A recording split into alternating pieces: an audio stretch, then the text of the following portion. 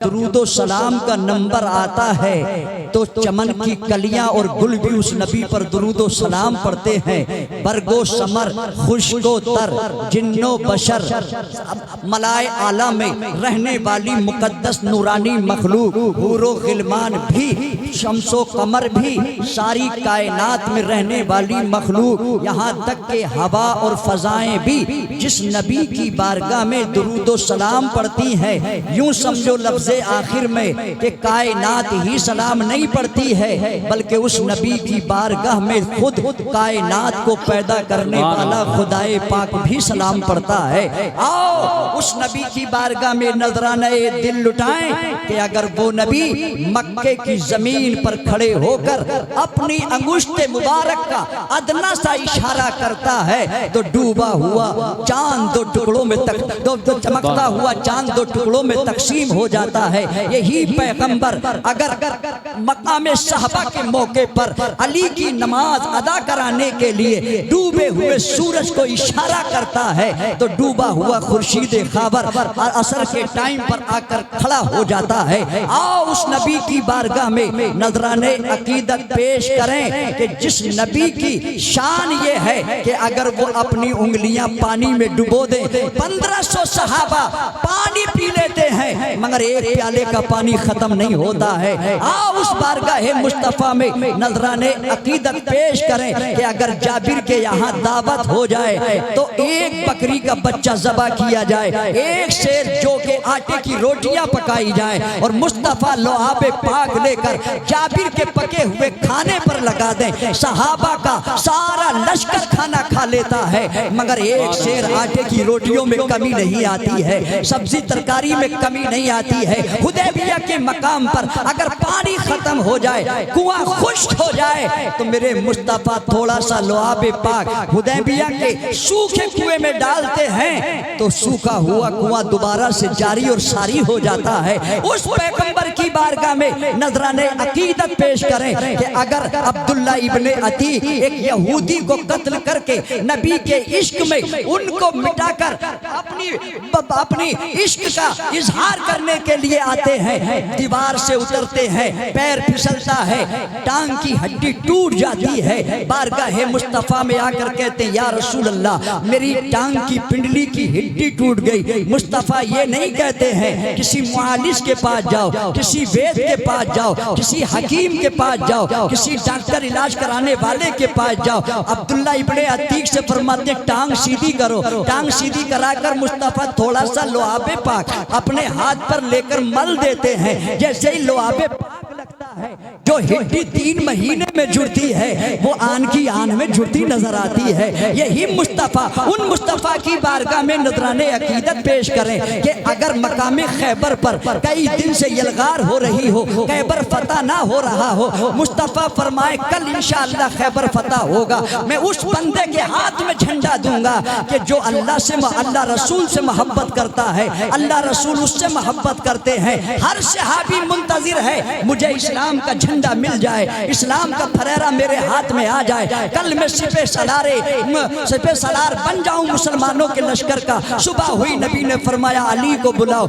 لوگوں نے کہا ان کی آنکھوں میں آسوب ہے، ان کی آنکھوں میں تکلیف ہے، آنکھوں میں بیماری ہے۔ نبی نے فرمایا بلا کے لاؤ۔ علی آئے، آنکھوں میں اشک بہ رہے ہیں، پانی کی جھری بہ رہی ہے۔ کہا علی کیا پریشانی ہے؟ کہا سرکار آسوب چشم ہو گیا ہے، تکلیف و کلفت بے چینی بہت زیادہ ہو گئی ہے۔ نبی نے فرمایا علی آگے آؤ، تھوڑا سا لعاب پاک اپنے ہاتھ پر لیا، علی کی دکھتی آنکھوں میں ڈال دیا، دکھتی ہوئی آنکھیں آن کی آن میں ٹھیک ہو جاتی ہے۔ آؤ اس پیغمبر کی بارگاہ میں محبت کے ساتھ، عقیدت کے ساتھ، پیار کے ساتھ تحفہ بھرا درود محبت بھرا تحفہ پیش کریں۔ سبھی حضرات پڑھیں درود پاک اللہم صلی علی سیدنا مولانا محمد بارک وسلم صلاۃ و سلام علیک یا رسول اللہ۔ اللہ قرآن میں فرماتا ہے ایمان والو اللہ سے ڈرو اور سچے لوگوں کے ساتھ ہو جاؤ، بے شک سچے لوگوں کے ساتھ ہو جاؤ۔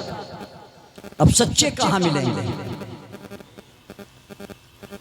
یہ موضوع اگرچہ بڑا وسیع ہے، بڑا طویل ہے، مگر میں بڑے مختصر وقت کے لیے آپ کے سامنے آیا ہوں، میں اس موضوع کی آپ کو مکمل سیر نہیں کرا سکتا، اس پر جو ہے سیر ہو کر گفتگو میں نہیں کر سکتا، مگر آپ یہ سمجھ لیں کہ ان سچے لوگوں کے ساتھ ہونا ضروری ہے جن کو اولیاء اللہ کہا جاتا ہے، جن کو صوفیہ کہا جاتا ہے، جن کو اتقیاء کہا جاتا ہے، جن کو رقبا کہا جاتا ہے، جن کو نجبا کہا جاتا ہے، جن کو ابدال کہا جاتا ہے، جن کو اوتاد کہا جاتا ہے، جن کو اغواص کہا جاتا ہے، جو اہل شریعت بھی ہوتے ہیں، اہل طریقت بھی ہوتے ہیں، اہل معرفت بھی ہوتے ہیں، اہل حقیقت بھی ہوتے ہیں، علم ظاہر بھی ہوتا ہے، علم لدنی بھی ہوتا ہے، علم ولایت بھی ہوتا ہے، اللہ کا کرم بھی ہوتا ہے، ان کی زبان سے جو بات نکلتی ہے تو پھر ان کی زبان نہیں ہوتی، ظاہر میں دیکھنے میں چہرہ ان کا ہے، آنکھ ان کی ہے، ہاتھ ان کا ہے، پیر ان کا ہے، زبان ان کی ہے، لب ان کے ہیں، جسم ان کا ہے، مگر حدیث سے ثابت ہوتا ہے، سرکار فرماتے ہیں کہ جو اللہ کا ہو جاتا ہے اللہ اس کا ہو جاتا ہے، پھر وہ بولتا ہے، زبان اس کی ہوتی ہے، بولی اللہ کی ہوتی ہے، آنکھ اس کی ہوتی ہے، دیکھنا اللہ کا ہوتا ہے، ہاتھ اس کا ہوتا ہے، پکڑنا اللہ کا ہوتا ہے، پیر اس کے ہوتے ہیں، چلنا اللہ کا ہوتا ہے، تو کیونکہ وہ اللہ کا ہو گیا ہے، مولانا روم جلال الدین علیہ الرحمت و رضوان نے بہت اچھا ایک شعر کہا تھا کہ جب وہ بولتے ہیں تو اپنے من سے نہیں بولتے، اپنی طبیعت سے نہیں بولتے، وہ کیا بولتے ہیں؟ فرماتے گفتئی او گفتئی اللہ بوبت گرچہ از حلقوم عبداللہ بوبت، وہ جب بولتا ہے تو دیکھنے میں ہے کہ بندہ بول رہا ہے، مگر بندہ نہیں بول رہا، ان کی زبان پر اللہ بول رہا ہے، ان کی زبان پر پروردگار بول رہا ہے، خالق کائنات بول رہا ہے۔ ان بزرگان دین سے وابستگی حاصل کریں۔ آج الحمدللہ مشاہد ملت کا بھی عرص آ گیا ہے اور عرص عبادی میں بھی حاضری ہے، دو عرصوں کی تقریب میں آپ شامل ہو رہے ہیں۔ یہ محفل بڑی متبرک ہے، بڑی خوبیوں کی حامل ہے، بڑے کمالات کی حامل ہے، اور پھر الحمدللہ ہمارے شہنشاہ بھائی صاحب نے اتنی محنتیں کی ہیں اور اتنی مشقتیں کی ہیں کہ ہندوستان کے چنے چنے لوگ ہیرے ہیرے چن چن کر اپنی کانفرنس میں عرص عبادی میں مدعو کیے ہیں، اور انشاءاللہ سب حاضر ہو رہے ہیں۔ ہمارا جلسہ جیسے ہر سال کامیاب ہوتا تھا انشاءاللہ آج بھی کامیاب ہوگا، اور جب تک یہ کام چلتا رہے گا انشاءاللہ کامیابی حاصل ہوتی انشاءاللہ کامیابی حاصل ہوتی رہے گی۔ تو میں آپ سے رخصت چاہتا ہوں، بس میں اپنا نام مدح خان رسول میں لکھوانے کے لیے، اب فرمائش وہی ہوتی ہے جب سے الحمدللہ جو ہے یہ مشاہد ملت نے یہاں کا کام چلایا ہے، اس سے پہلے یہاں نعت خوانی ہوتی تھی، چھوٹے موٹے مولانا ہم جیسے بیکار اکھٹے ہو کے شب برات کو چھوٹا سا پروگرام کر لیا کرتے تھے، اب یہ چھوٹا نہیں رہا، اب یہ کانفرنس میں تبدیل ہو گیا ہے، کانفرنس میں بدل گیا ہے۔ قاری یوسف صاحب جو ہیں نقیب اجلاس یہ حکم کر رہے ہیں، میرا ارادہ تو اور کلام کے 2-3 شعر پڑھنے کا تھا، مگر ان کا حکم ہوا ہے کہ مفتی اعظم ہند علیہ الرحمت و رضوان کے یہ شعر پتہ نہیں جب بھی پڑھے جاتے ہیں، اور جہاں بھی قاری یوسف صاحب اور ہم جلسے میں ہوتے ہیں تو اس کی فرمائش ضرور کرتے ہیں، اگرچہ میری آواز سیف اللہ سلطانی جیسی نہیں ہے، امر رضا صاحب جیسی نہیں ہے، ویسے تو اب یہ سمجھ لیجئے کہ جو ہے اب اب وہ مثال بڑی مشہور ہے نا کہ اگر بوڑھے بیل کے سینگ کاٹ دی جائے تو بچڑا نہیں ہوتا ہے، تو ہم تو اب جو ہے بڑھاپے کی دہلیز پہ جا چکے ہیں، ہے نا؟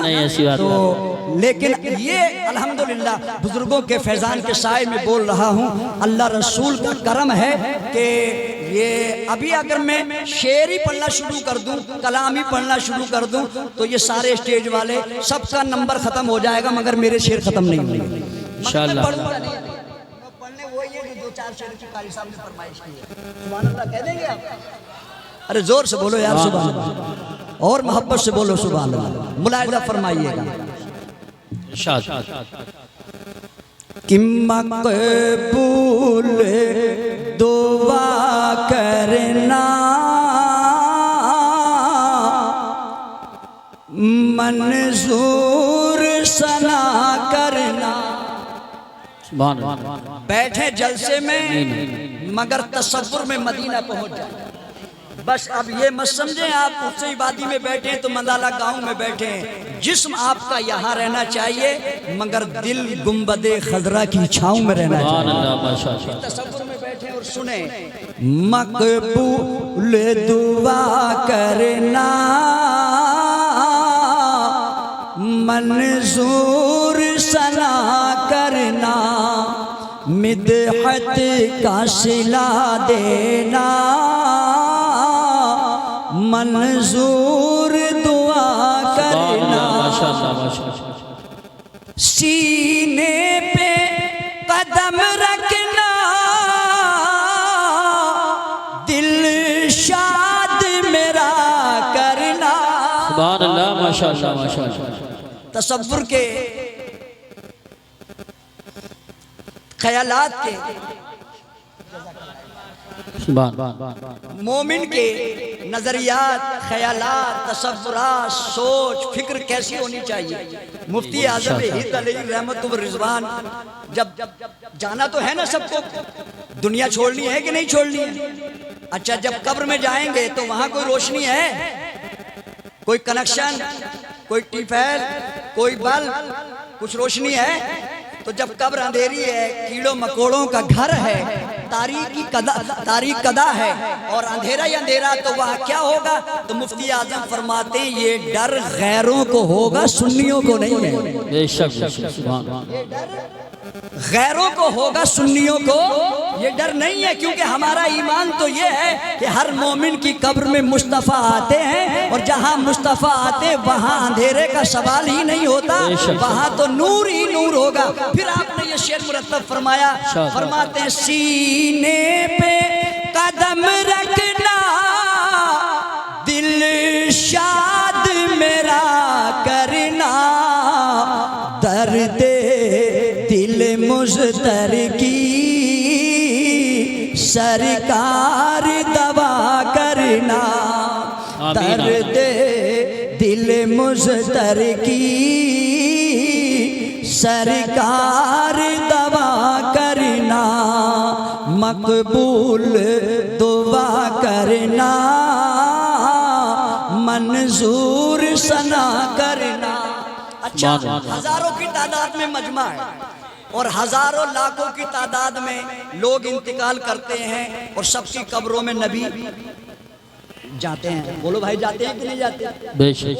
ادھر والوں کو بڑا اعتراض ہوا کہ یہ شعر جو مفتی اعظم ہند مصطفیٰ رضا خان شہزادہ اعلیٰ حضرت نے لکھا ہے، یہ شعر سمجھ میں نہیں آیا کہ ایک نبی کی ذات مقدس لاکھوں قبروں میں کیسے جائے گی، کیسے آئیں گے، کیسے جائیں گے؟ تو مفتی اعظم ہند علیہ الرحمہ نے کیا جواب عنایت فرمایا، سبحان اللہ بولے اور شعر سبحان اللہ۔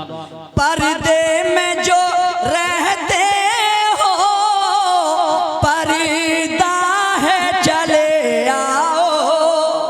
یا رسول اللہ، پردے میں جو رہتے ہو پردہ ہے چلے آؤ، آنکھوں میں بسا کرنا اور دل میں رہا کرنا، آنکھوں میں بسا کرنا اور دل میں رہا کرنا۔ اور یہ شعر مجھے بہت پسند ہے، شاید آپ کو بھی پسند آئے۔ مفتی اعظم ہند علیہ الرحمہ نے اس میں کچھ شبد، کچھ الفاظ ہندی کے استعمال فرمائے، شعر میں ملاحظہ فرمائے۔ سنسار بھکاری ہے جگ داتا دیا کرنا، سنسار بھکاری ہے جگ داتا دیا کرنا، ہے کام تمہارا ہی سرکار عطا کرنا۔ سبحان اللہ سبحان اللہ، واہ واہ واہ، نعرہ تکبیر، نعرہ رسالت، نعرہ غوثیت، مسلک اعلیٰ حضرت اور اسے عبادی۔ اور اچھا ایمانداری سے بتاؤ، جو نبی راہ میں کانٹے بچھانے والے، سر پہ کوڑا ڈالنے والے، میدان میں پتھر مارنے والے، ان کے لیے میرا نبی جب دعائیں رحمت کرتا ہے تو جب غیروں کے لیے اتنی رحمت کی دعائیں کرتا ہے تو اپنوں کے لیے کتنی دعائیں کرتا ہوگا۔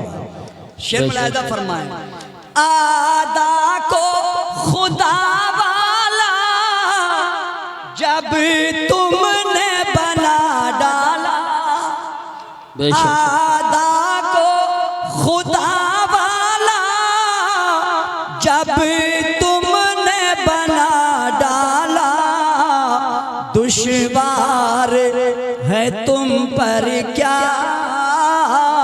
مجھ بد کا بھلا کرنا۔ آخری شعر سنیں، حالانکہ اس کلام کے 44 شعر ہیں۔ کتنے؟ 44 شعر ہیں۔ اگر میں سب پڑھنے لگوں تو کئی لوگوں کا ٹائم چلا جائے گا، مگر نہیں پڑھوں گا۔ شعر ملاحظہ فرمائے، محبت سے بولیں سبحان اللہ۔ سبحان اللہ۔ سوکھی ہے میری کھیتی پڑ جائے بھرن تیری، اللہ اللہ۔ سوکھی ہے میری کھیتی پڑ جائے بھرن تیری، اتنا تو کرم مجھ پر اے ابر کرم کرنا، اتنا تو کرم مجھ پر اے ابر کرم رکھ کرنا۔ اور یہ دعا مانگ کے جائیں عرش عبادی میں، مانگیں گے مفتی اعظم سے سیکھو دعا کا سلیقہ۔ قسمت میں غم دنیا جنت کا قبالہ ہو، اللہ اللہ اللہ۔ دنیا میں تو غم ہو مگر اس کا بدلہ کیا ملے؟ قسمت میں غم دنیا جنت کا قبالہ ہو، تقدیر میں لکھا ہو جنت میں مزہ کرنا، تقدیر میں لکھا۔ آخری شعر ہے، محبت سے بولو سبحان اللہ۔ سبحان اللہ۔ برباد نہ ہو مٹی اس خاک کے پتلے کی، برباد نہ ہو مٹی اس خاک کے پتلے کی، اللہ مجھے ان کی خاک کف پا کرنا۔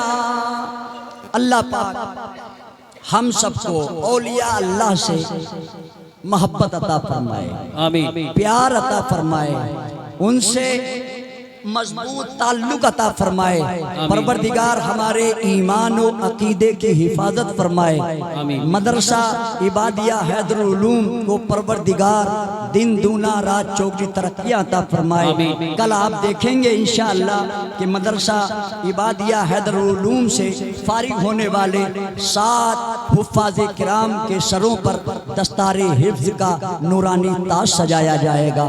کتنے خوش نصیب ہیں وہ بچے اور کتنے خوش نصیب ہیں ان کے والدین کہ جن کے سروں پر علماء کے مقدس ہاتھوں سے انشاءاللہ وہ دستار حفظ کا تاج سجایا جائے گا۔